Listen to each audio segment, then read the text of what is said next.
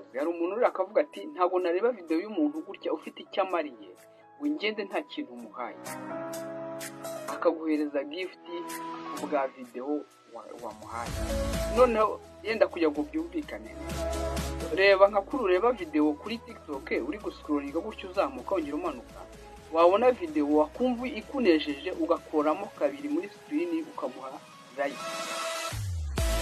Biba bitewe nimba mutima iyo video igusigiye itumye umuhereza like, cyangwa se utamuha like umuha yenda like wongeyeho na comment.